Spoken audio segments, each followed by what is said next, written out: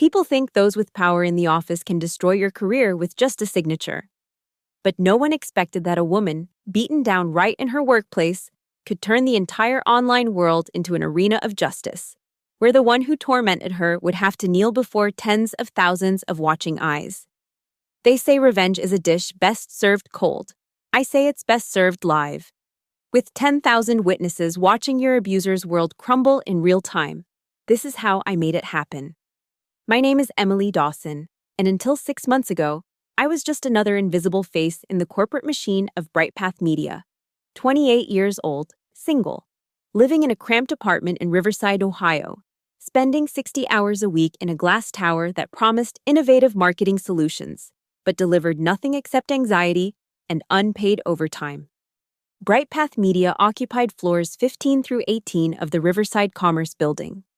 From the outside, it looked impressive, all chrome and glass, with a reception area that screamed success. But behind those polished surfaces lurked something rotten. The air inside always felt heavy, thick with unspoken tensions and the bitter aftertaste of broken dreams.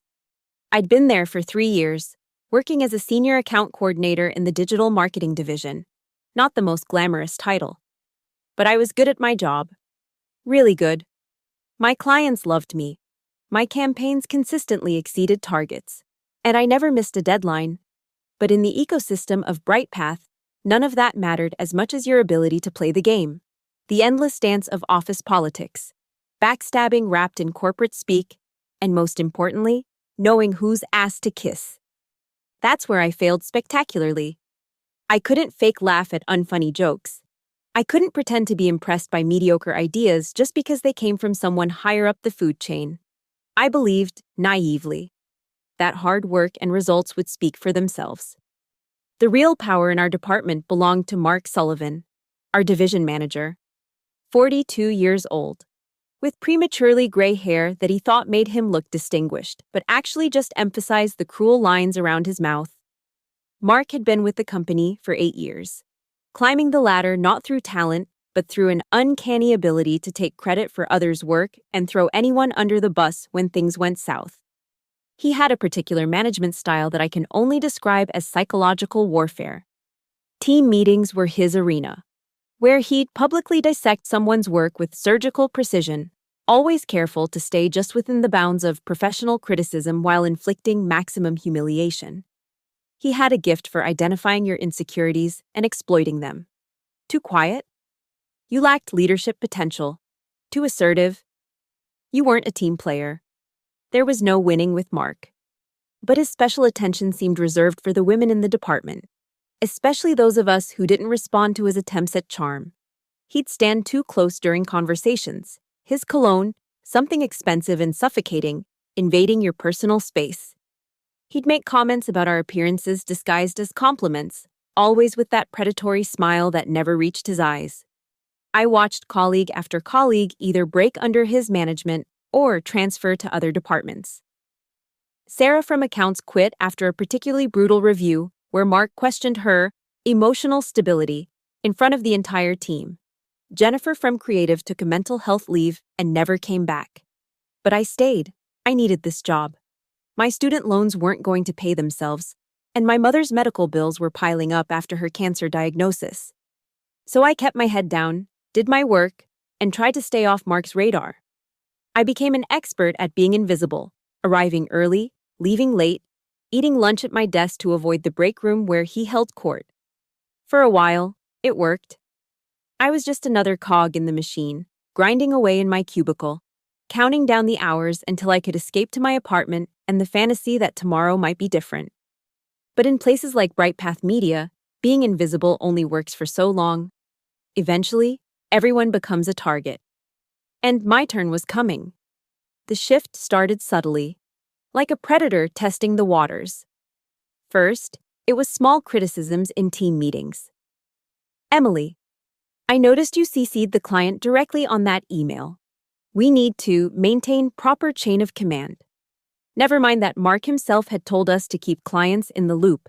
Then came the backhanded compliments. Great job on the Henderson account, Emily. I'm surprised you managed to pull it off given your limited experience with Fortune 500 clients. By month 4 of what I now recognize as a calculated campaign, Mark had made me his favorite punching bag. Every Monday morning meeting became my personal hell. He'd pull up my work on the projector, dissecting it line by line, while 20 pairs of eyes watched in uncomfortable silence. "Emily, can you explain why you chose this approach for the social media campaign?" he'd ask, his voice dripping with false concern. "Based on the analytics, our target demographic responds better to..." "The analytics?" He'd laugh, that sharp bark that made everyone flinch. "Sometimes I wonder if you hide behind data because you lack real creative instinct. Anyone can read numbers, Emily. We need innovators here, not robots." The room would go silent. A few people would shift uncomfortably in their seats. Lisa, who sat next to me, would sometimes squeeze my hand under the table. But no one spoke up. No one ever did. The worst part was how he'd flip the script afterward. He'd catch me by the coffee machine and say, "Don't take it personally, Emily. I'm hard on you because I see potential. If I didn't care, I wouldn't bother." Then he'd stand there, too close, waiting for me to thank him for his mentorship. The harassment escalated gradually, professionally wrapped in plausible deniability. He'd schedule one-on-one meetings at 6 p.m. when the office was empty. He'd request unnecessary revisions on Friday afternoons, ensuring I'd work through the weekend. He'd forget to include me in important client emails, then berate me for being unprepared. "Maybe if you spent less time questioning my methods and more time improving your performance, we wouldn't have these issues," he said during one particularly nasty confrontation. This was after I'd politely pointed out that he'd given me the wrong deadline for a major presentation. I started documenting everything: times, dates, witnesses. I saved emails, recorded meetings when I could. I thought about going to HR. But Jessica from accounting had tried that last year. Mark had twisted the whole story, made her look like a disgruntled employee who couldn't handle constructive criticism. She was gone within a month. The psychological toll was crushing. I'd wake up at 3 a.m. with my heart racing, dreading the day ahead. I lost 15 pounds because anxiety had killed my appetite. My hands would shake when I heard Mark's voice in the hallway.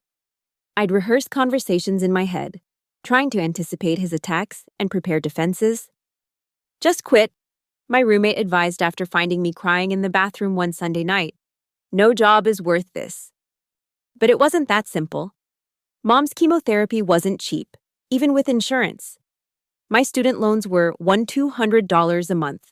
The job market was brutal. And Mark had connections everywhere in Riverside's marketing world. What if he sabotaged my references? The breaking point came during the quarterly review presentation. I'd worked on the project for 3 weeks, analyzing our campaign performance, creating detailed strategies for improvement. I'd even gotten praise from the client, a rare win that I'd foolishly thought might shield me. Mark waited until I was halfway through my presentation to strike. "Stop right there," he commanded, standing up dramatically. "This is exactly what I've been talking about. People, Emily. You've completely misunderstood the client's needs. This is amateur work at best." But the client specifically approved. "Are you arguing with me?" His face turned red, veins bulging in his neck. "This is the problem with your generation. You think you know everything. You can't accept feedback. You're defensive, difficult to work with. And frankly, I'm starting to question whether you're a good fit for this team." The room was tomb silent. I stood there, my carefully prepared notes trembling in my hands, feeling like I was drowning in front of everyone. This wasn't criticism anymore. This was a public execution. That night, I sat in my car in the parking garage for an hour, unable to drive home. I knew what was coming. Mark was building a case, creating a paper trail of performance issues that would justify getting rid of me. And there was nothing I could do to stop it. The termination came on a Thursday afternoon, orchestrated like a sick piece of theater.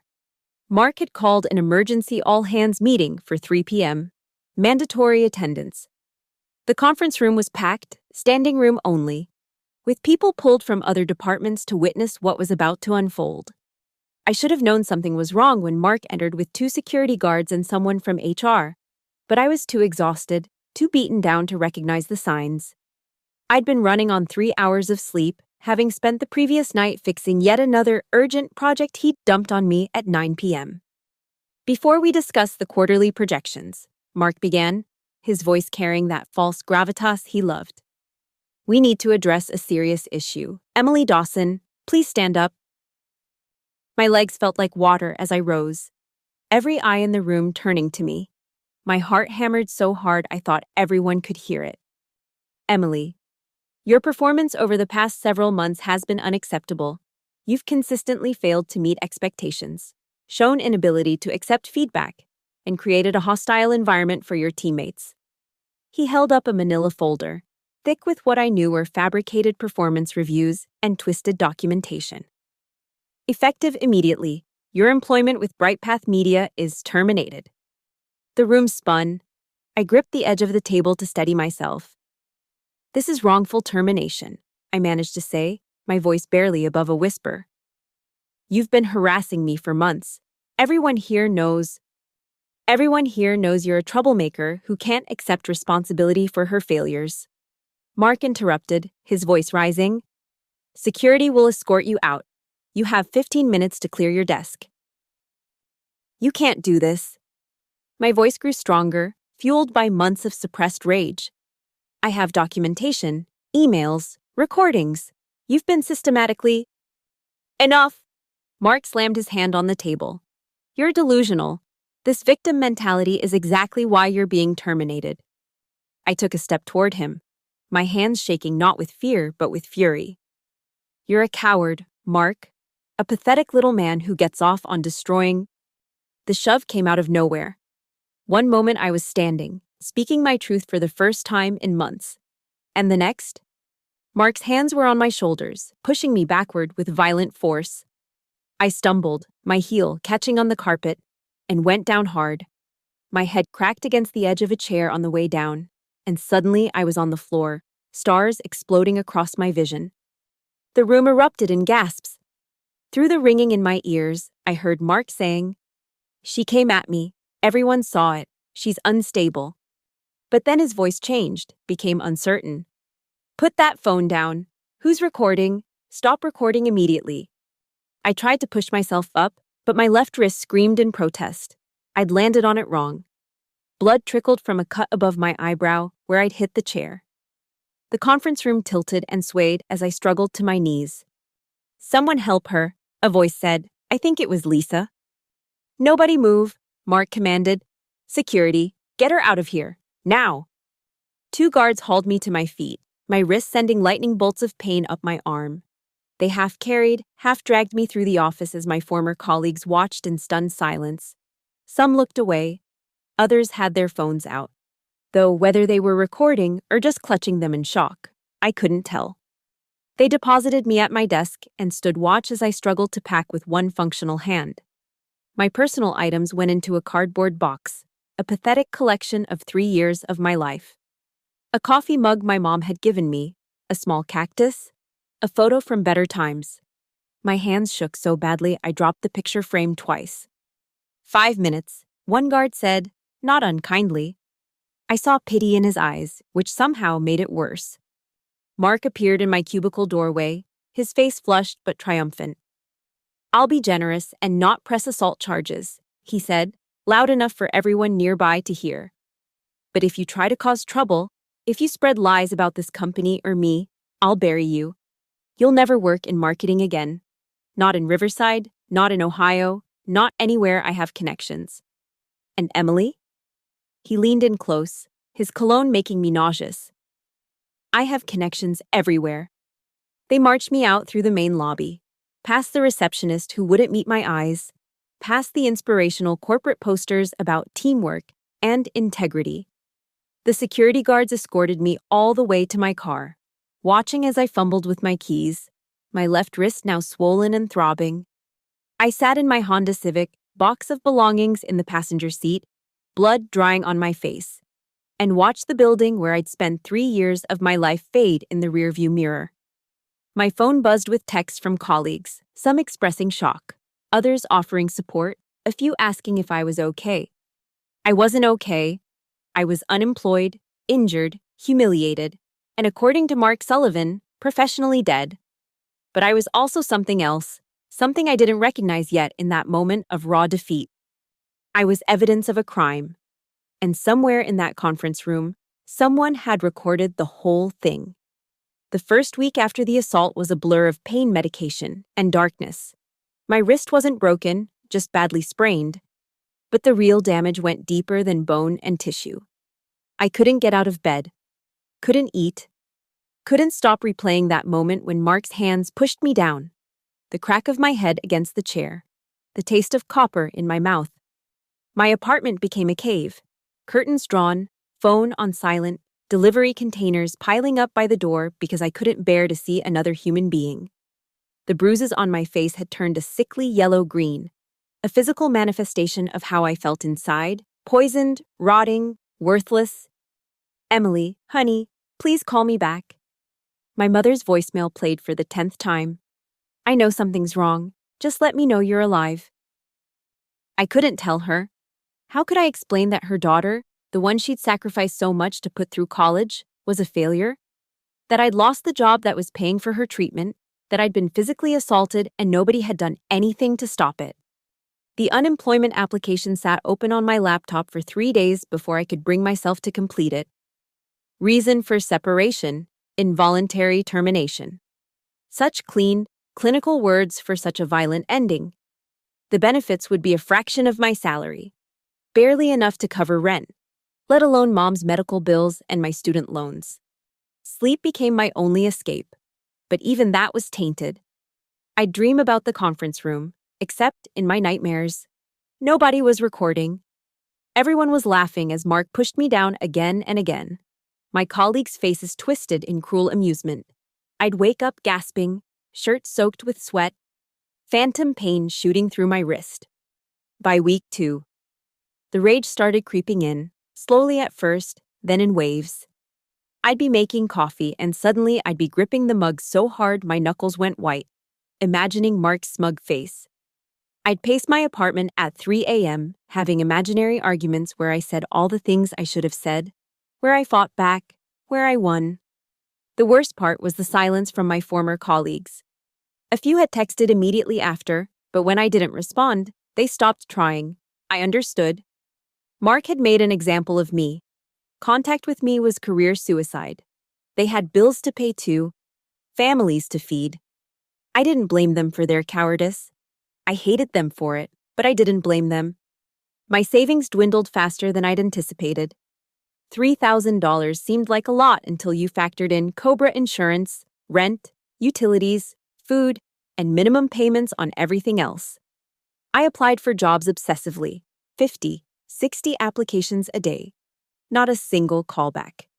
When I Googled my name, the first result was my LinkedIn, which still listed Bright Path Media. I wondered what Mark was telling people who called for references. The breaking point came when Mom called to say her insurance had denied coverage for her next round of treatment. Something about paperwork, pre-authorization, bureaucratic nonsense that meant she'd have to pay out of pocket or delay treatment. $20,000. I sat on my bathroom floor and cried until I threw up, then cried some more. This was what Mark had reduced me to: a pathetic, broken woman who couldn't even help her dying mother. The irony wasn't lost on me. He still had his job, his power, his 6-figure salary, while I was rationing ramen noodles and considering selling my car. That night, unable to sleep again, I opened my laptop and started scrolling through social media, torturing myself by looking at my former colleagues' posts. Lisa at a work happy hour, Tom celebrating a promotion. The Bright Path Media page showcasing their award-winning company culture. And then I saw it. A message request from someone named Alex Rodriguez. I didn't recognize the name, but the profile picture looked vaguely familiar. Someone from IT. Maybe. "Emily, you don't know me well, but I was in the conference room that day. What Mark did was wrong. Everyone knows it was wrong. I recorded the whole thing on my phone. I didn't know what to do with it, but I couldn't just delete it. If you want the video, it's yours. Mark Sullivan is a monster, and you deserve justice." Attached was a video file. My hands trembled as I clicked play. There it was, crystal clear. Mark calling me out, humiliating me, and then the shove. My body hitting the ground. The sickening crack of my head against the chair. His voice, panicked, telling people to stop recording. The security guards dragging me out while I bled.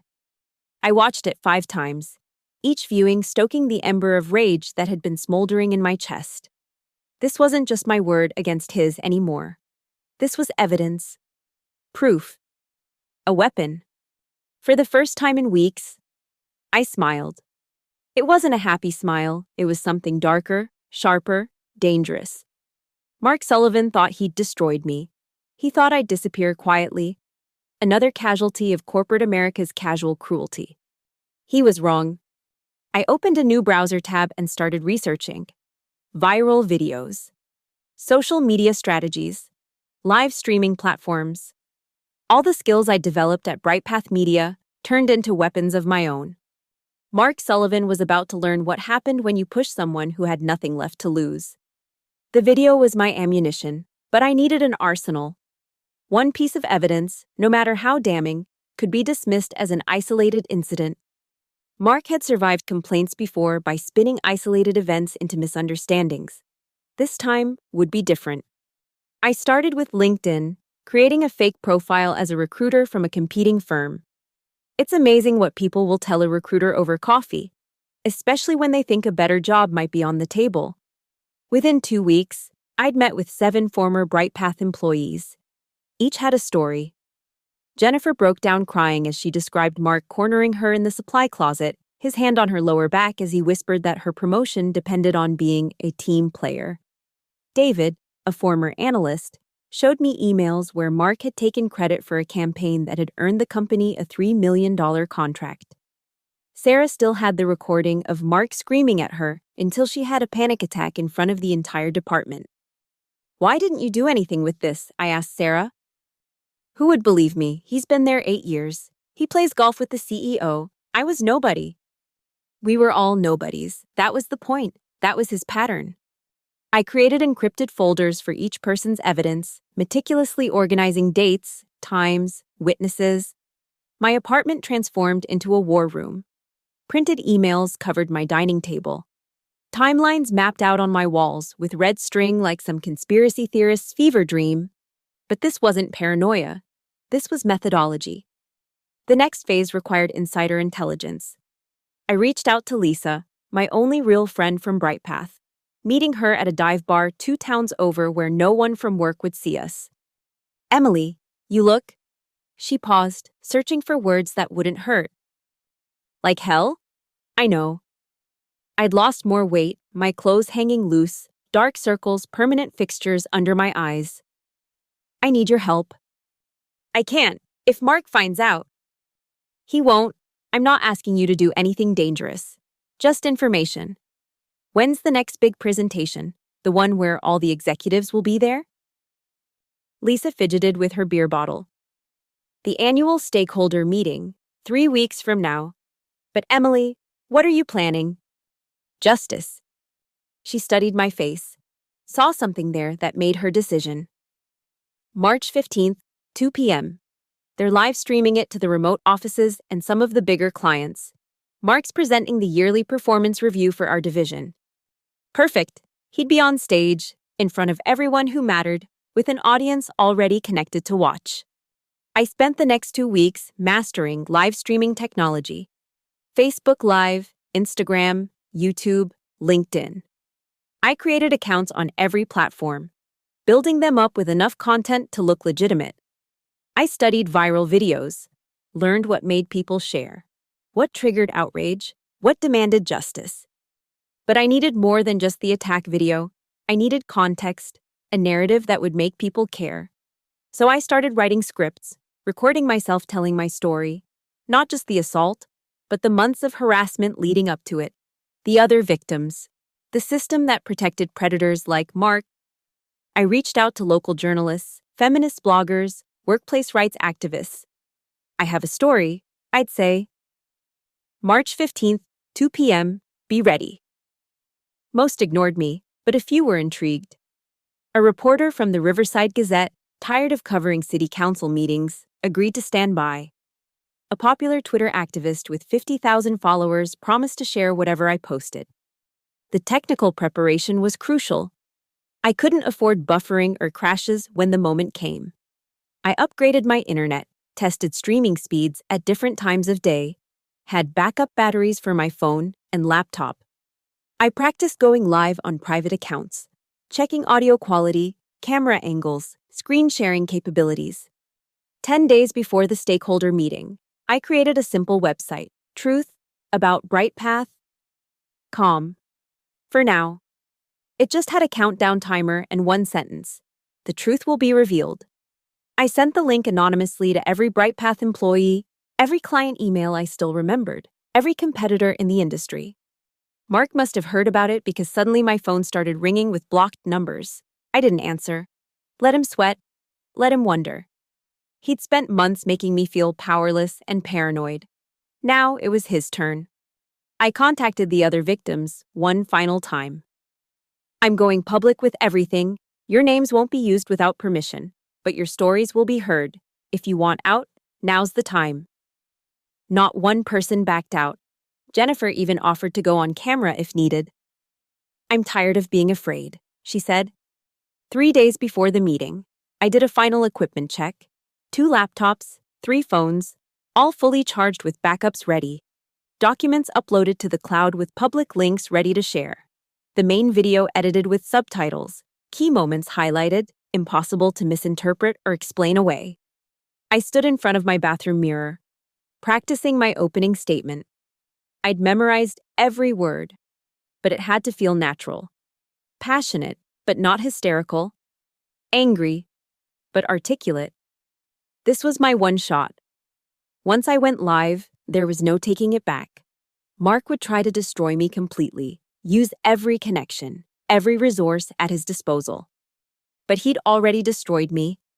The woman in the mirror wasn't the Emily who'd walked into BrightPath 3 years ago, eager and optimistic. That woman was dead. What stared back at me now was something harder, sharper, forged in the fire of humiliation and injustice. March 15th was coming. Mark Sullivan would be standing on that stage, basking in his power, probably taking credit for work his terrorized team had produced. He wouldn't see me coming. None of them would. Because nobody pays attention to the nobody you've already disposed of. That was their mistake. That was why I would win. March 15th, 1:47 p.m. I sat in my apartment, surrounded by screens, my heart hammering against my ribs. On my main laptop, I could see BrightPath's official stream loading. Annual stakeholder meeting starting soon. The chat was already active with employees and clients logging in. My phone showed my streaming accounts ready across multiple platforms. Everything was in position. 1:55 p.m. The BrightPath stream went live. The conference room filled the screen, executives in expensive suits glad-handing each other. And there he was, Mark Sullivan, adjusting his tie, that familiar smug smile plastered across his face as he reviewed his notes at the podium. 1:58 p.m. My hands were steady as I opened all my streaming platforms. Years of working under pressure had prepared me for this moment. I took a deep breath, looked directly into my laptop camera, and hit Go Live simultaneously across Facebook, Instagram, YouTube, and LinkedIn. My name is Emily Dawson, I began, my voice clear and strong. And in the next few minutes, you're going to witness what BrightPath Media doesn't want you to see. The viewer count started at 12, then 50, then climbing rapidly. I'd sent the links everywhere: former colleagues, industry contacts, local media, anyone who might care. The activist I'd contacted retweeted immediately. 2:00 p.m. On the BrightPath stream, Mark began his presentation. This year has been transformational for our division, he started. Perfect timing. The man you're watching, I said to my camera, is Mark Sullivan. He's about to take credit for work he didn't do, from a team he terrorized, including employees he physically assaulted, and I have proof. I screen shared the video. There it was, the conference room. Mark's voice commanding me to stand, his hands shoving me, the crack of my head against the chair. The viewer count hit 500. Comments exploded. OMG. Is this real? Call the police. But I wasn't done. This wasn't an isolated incident. I shared Sarah's recording, Jennifer's emails, David's documentation, 7 employees, 3 years, all silenced by fear and corporate protection. The viewer count passed 2,000 dinars. Someone in the BrightPath stream chat wrote, "Check Emily Dawson's live stream now." Then another, then dozens. 2:07 p.m. I watched Mark pause mid-sentence on the BrightPath stream. Someone was showing him a phone. His face went white, then red. He leaned into the microphone. "Technical difficulties, folks. We'll be right back." But they couldn't cut my stream. 5,000 viewers now. Local news had picked it up. The hashtag #BrightPath Assault was trending in Riverside. "They're trying to silence me again," I said. "But you're all witnesses now. Every one of you watching is seeing what they tried to hide." I pulled up the website I'd created, now populated with every piece of evidence, downloadable by anyone. Truth about BrightPath.com. Everything is there: emails, recordings, documentation, 3 years of systematic harassment and abuse, covered up by a company that values profit over people. 8,000 viewers, comments scrolling too fast to read.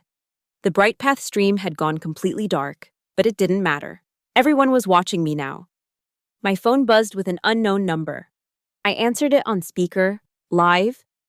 "Emily, this is Richard Hayes, CEO of BrightPath. Please stop this immediately. We can discuss." "Like you discussed Sarah's complaints, Jennifer's, mine. You had 3 years to discuss, Mr. Hayes. Now it's time for accountability." I hung up. 10,000 viewers. The number seemed surreal. Impossible. 10,000 people watching Mark Sullivan's carefully constructed world implode in real time. "I'm not asking for pity," I continued. "I'm demanding justice, not just for me, but for everyone who's been silenced by powerful men in corner offices. Every person watching who's been told their suffering is just business as usual." Local news vans were pulling up outside BrightPath's building. I could see them on social media posts. Employees were filming from inside, showing security scrambling, executives in panicked meetings. Someone leaked that Mark had barricaded himself in his office. 2:15 p.m. A new video surfaced in my chat, shared hundreds of times already. Someone at the stakeholder meeting had filmed the moment Mark was escorted out by security, his face a mask of rage and humiliation as shareholders demanded answers. The hunter had become the hunted. "This is what accountability looks like," I said to my audience, now holding steady at 12,000 viewers. When you think you can destroy someone because they're nobody, remember, in the digital age, nobody is nobody. We all have voices. We all have power. We just need the courage to use it. I shared my Cash App, not asking for money, but people started sending it anyway. $5 here, 20 there, with messages. "For your bravery. Justice for Emily. Burn it all down." In 10 minutes, I'd received more than my monthly salary at BrightPath. 2:20 p.m. The comments told the story. Mark Sullivan's LinkedIn had been deleted. BrightPath's stock price was dropping. 3 major clients had announced they were reviewing their contracts. The Department of Labor had issued a statement about opening an investigation. "Mark Sullivan," I said, looking directly into the camera, knowing somehow he was watching. "You told me I'd never work in marketing again. You were right. I'm done marketing lies. Now I'm in the business of truth, and business is booming." 2:25 p.m. Before ending the stream, I had one more card to play. For those asking what's next, I'm starting a nonprofit. Survivors of workplace abuse shouldn't have to fight alone. Every dollar donated today goes toward legal funds for victims who can't afford justice. The donations flooded in. $50,000 in 5 minutes. Major organizations reaching out to partner. Law firms offering pro bono services. 2:30 p.m. "Thank you for witnessing," I said. "Thank you for caring. This isn't the end, It's the beginning. Mark Sullivan, Bright Path Media, and every company that protects predators, we're coming for you. I ended the stream. 15,000 had watched. Millions more would see the recordings. My phone was exploding with messages, job offers, interview requests, words of support from strangers around the world. I walked to my window and looked out at Riverside, at the glass towers full of Mark Sullivans who thought they were untouchable. They were wrong. Every one of them was one live stream away from accountability. For the first time in months, I felt alive. Within an hour of my stream ending, Mark Sullivan's complete professional annihilation played out across every social media platform in real time. Someone leaked footage from inside BrightPath, Mark being escorted from his office by security, his personal items in a banker's box, the same humiliation he'd inflicted on me, magnified by thousands of watching eyes. But this was just the beginning of his public destruction. A former BrightPath employee posted Mark's old company headshot alongside a screenshot from my stream showing him mid-shove, captioned, "Corporate executive to criminal in 30 seconds." It went viral instantly. The memes followed, Mark's panicked face becoming the poster child for workplace abuse, his name synonymous with corporate toxicity. By 4 p.m., local news had picked up the story. BrightPath executive caught on camera assaulting employee scrolled across every channel. They played the video on loop, the shove, my head hitting the chair, the blood. Mark's face was everywhere, frozen in that moment of violence, impossible to escape or deny. The Riverside Gazette published an emergency online edition. Their investigative team had been digging since my stream, and what they found was damning. 3 women had filed complaints against Mark in his previous job, all buried by NDAs and payoffs. A former colleague described him as volatile and vindictive. His ex-wife's divorce attorney went on record about documented anger management issues. At 5:17 p.m., BrightPath issued a statement. Effective immediately. Mark Sullivan has been terminated from his position. We have zero tolerance for workplace violence and are conducting a full investigation into systemic failures that allowed this behavior to continue. Zero tolerance? I laughed bitterly at my laptop screen. They had tolerated it for 3 years until 10,000 witnesses made it impossible to ignore. The real devastation came from LinkedIn. Professional contacts who'd been silent for years suddenly found their voices. "I always knew Mark was problematic," posted a former vendor. "He screamed at my assistant until she cried." Another executive from a partner company shared, "We specifically requested not to work with Sullivan after multiple incidents of inappropriate behavior toward our female staff." His professional network evaporated in real time. People who'd endorsed his skills deleted their recommendations. Connections severed ties. His profile went from 500+ connections to under 50 in 3 hours. The digital scarlet letter was permanent and inescapable. By evening, Mark Sullivan was trending nationally.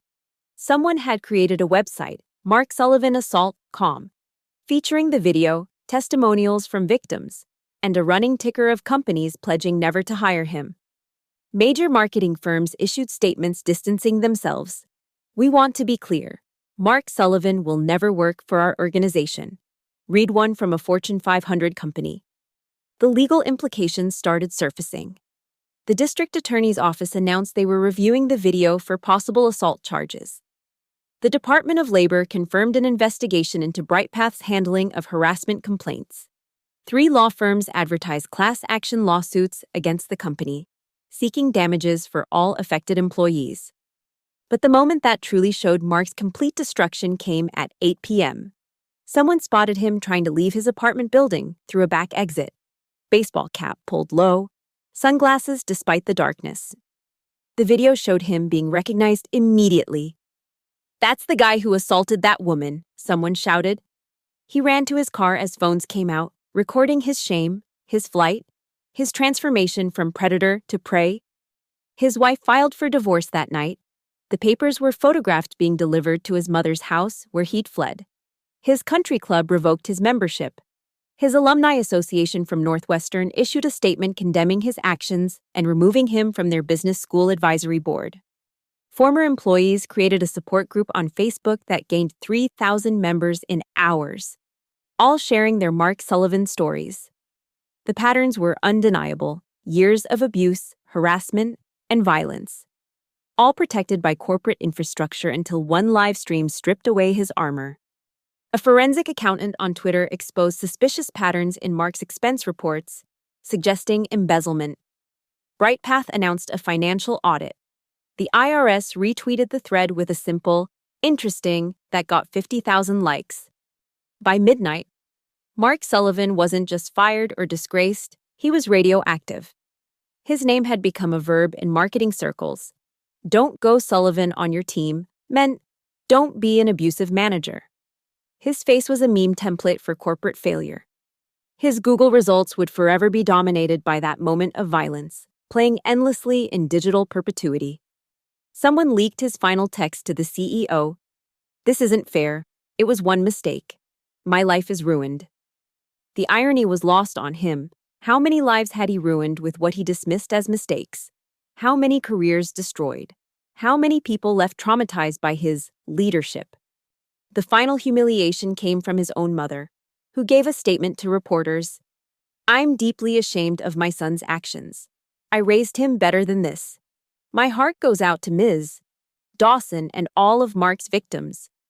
As I watched his complete annihilation unfold from my apartment, I felt something I hadn't expected: not satisfaction, not joy, but a hollow emptiness. This wasn't about revenge anymore. It had become something bigger. Mark Sullivan was finished, but he was just one monster in a corporate world full of them. Tomorrow, the real work would begin: the nonprofit, the legal battles, the fight for systemic change. But tonight, Mark Sullivan served as a warning to every abusive manager, every protected predator, every corporate bully who thought they were untouchable. They weren't untouchable, not anymore. The world was watching now, and we were done being silent. The morning after the live stream, I woke to 847 messages, 200 missed calls, and a world that had fundamentally shifted. But there was only one notification that mattered: a text from my mother. "I saw everything. Sweetheart, I'm so proud of you. You're stronger than you know." 3 days later, I stood in the lobby of what used to be my professional grave, BrightPath Media. But this time, I wasn't alone. Jennifer stood to my left, Sarah to my right, and behind us, 14 other former employees who'd suffered under Mark's reign. We weren't there to beg for our jobs back. We were there to watch the ending we'd written together. The emergency board meeting was in session, and through the glass walls, we could see the executives scrambling, papers flying, voices raised in panic. The company had lost 40% of its value in 72 hours. 8 major clients had terminated contracts. The Department of Labor had frozen their operations pending investigation. At exactly 2 p.m., the same time I'd launched my stream, Richard Hayes, the CEO who'd protected Mark for years, walked out carrying his own banker's box. No security escort for him. Just the walk of shame past victims he'd ignored, their phones recording every step. He couldn't meet our eyes. "Ms. Dawson." He stopped in front of me, his voice barely a whisper. "I'm sorry. I should have." "You should have," I agreed. "But you didn't. And now you're just another Mark Sullivan, except in a more expensive suit." The building continued to empty. Executive after executive, the entire leadership team that had enabled a culture of abuse, walking out with their careers in boxes. By sunset, BrightPath Media existed only as a cautionary tale, its doors permanently closed, its name forever tainted. But I wasn't watching the exodus. I was in my apartment on another live stream, this time with 12,000 viewers waiting to hear what came next. "People keep calling me brave," I said to the camera. But I wasn't brave. I was desperate, broken, I had nothing left to lose. And that's exactly when you become the most dangerous, when the fear of staying silent becomes greater than the fear of speaking up. The nonprofit was already incorporated. voices unsilenced, providing legal support, mental health resources, and a platform for workplace abuse victims. In 1 week, we'd raised $2 million. Pro bono lawyers were lining up, therapists volunteering their time, companies reaching out, wanting to implement real change, not just PR statements. As for Mark Sullivan, I continued, and watched the viewer count spike, people still hungry for his destruction. Last I heard, he's living in his mother's basement in Indiana. No company will touch him. His wife took everything in the divorce. He's facing criminal charges for assault, a civil lawsuit for damages, and an IRS investigation that will probably end in jail time. I paused, looking directly into the camera. But here's what matters more than his downfall. The emails I get every day from people saying, "Your story gave me courage to report my abuser." The company's actually changing policies. The conversations happening in boardrooms where executives are terrified of becoming the next viral villain. Someone in the chat asked if I was happy now, if revenge was everything I'd hoped. I'm not happy, I admitted. I'm scarred. I have PTSD. I wake up some nights still feeling his hands pushing me down. But I'm free. And more importantly, I'm not alone. None of us are alone. That's what they never understood. Their power came from our isolation. Once we connected, once we refused to be silent, they had nothing. My phone buzzed with a CNN interview request, then NBC, then Oprah's People. The girl who'd been nobody was now somebody. But fame wasn't the victory. The victory was in the 100 Mark Sullivans across the country who were being reported, fired, held accountable. The victory was in the workplace culture slowly, painfully, beginning to change. I'll leave you with this, I said, preparing to end what would be my final live stream about Mark Sullivan. They say revenge is a dish best served cold, but I disagree. Revenge is best served live, with 10,000 witnesses, streaming in 4K, archived forever, impossible to deny or escape. It's best served when it becomes bigger than personal vengeance, when it becomes justice, change, a movement. I looked one last time at the space where Mark's LinkedIn profile used to be, now just a 404 error. A digital ghost of a man who thought he was untouchable. To everyone who's been pushed down, silenced, broken by someone with power, document everything, build your case, choose your moment, and when you're ready, when you have nothing left to lose, remember that the whole world is just one click away from becoming your witness. The stream ended. 15,000 had watched. The revolution we'd started in a conference room in Riverside, Ohio, was spreading across the country, one live stream at a time. Mark Sullivan had pushed me down once, but in trying to destroy me, he'd created something he never saw coming, a woman with nothing to lose and a platform to lose it on. He'd created his own executioner. And in the end, that's the thing about pushing people until they break. Sometimes they break in ways you never expect. Sometimes they break the entire system with them. Sometimes they make sure 10,000 people watch you fall. Thank you so much for listening to this story. I really want to know, where are you listening from right now? Drop a comment below and let's connect. Are you in your car during a commute, at home relaxing, maybe sneaking a listen at work? I love hearing from all of you around the world. Please subscribe to the channel if you haven't already. Hit that notification bell and share your thoughts about Emily's story. Did her revenge go too far, or did Mark get exactly what he deserved? Let me know what you think in the comments below.